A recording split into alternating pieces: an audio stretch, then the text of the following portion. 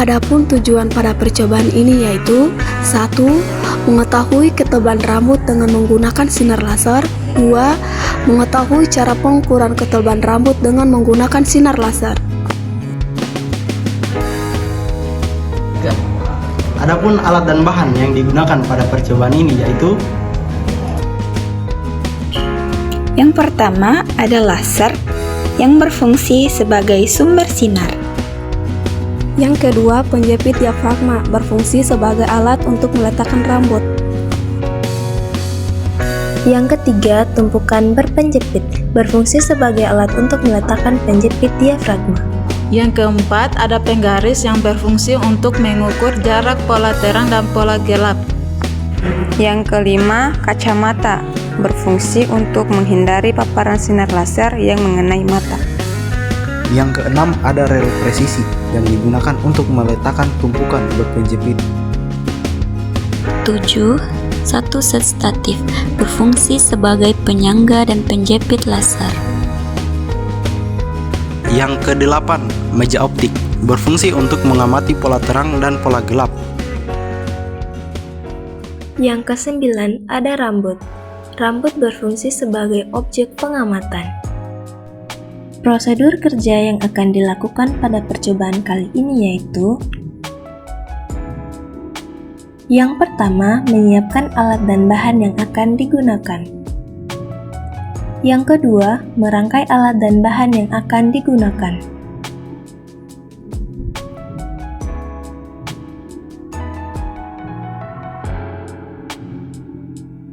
Yang ketiga, mengatur sinar laser yang keluar dari sumber tepat jatuh mengenai sumber rambut.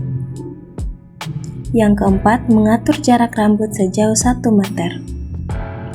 Yang kelima, mengatur jarak pola terang dan pola gelap sebanyak pola dengan memberi tanda titik. Yang keenam, mengukur jarak pola terang dan pola gelap pada orde ke-6. Untuk jarak 1 meter dengan 6 orde diperoleh pola terang sebesar 0,03 meter dan pola gelap sebesar 0,032 meter. Yang ketujuh, mencatat hasil pengamatan pada tabel data pengamatan.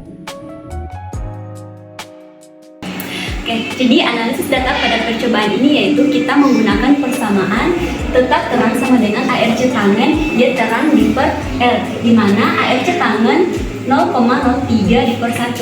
Nah, ARC tangan 0,03 ini merupakan hasil bagi dari ARC tangan 0,03 bagi 1.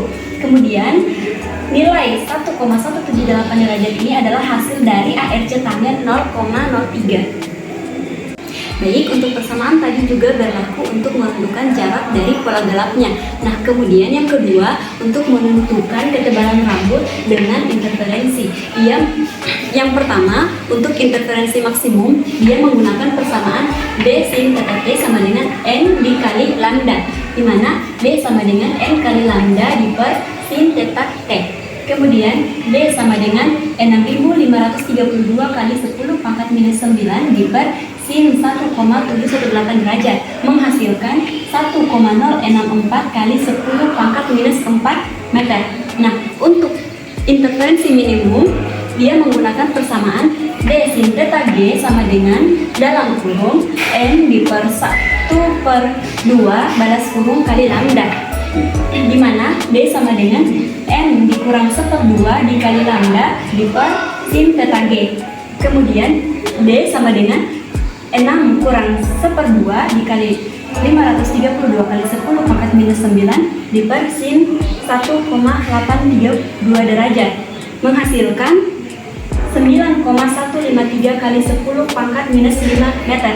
Nah, untuk nilai 532 kali 10 pangkat minus 9 ini adalah panjang gelombang dari laser hijau. Baik, mungkin itulah analisis data dari percobaan ini. Selanjutnya akan dibahas melalui pembahasan.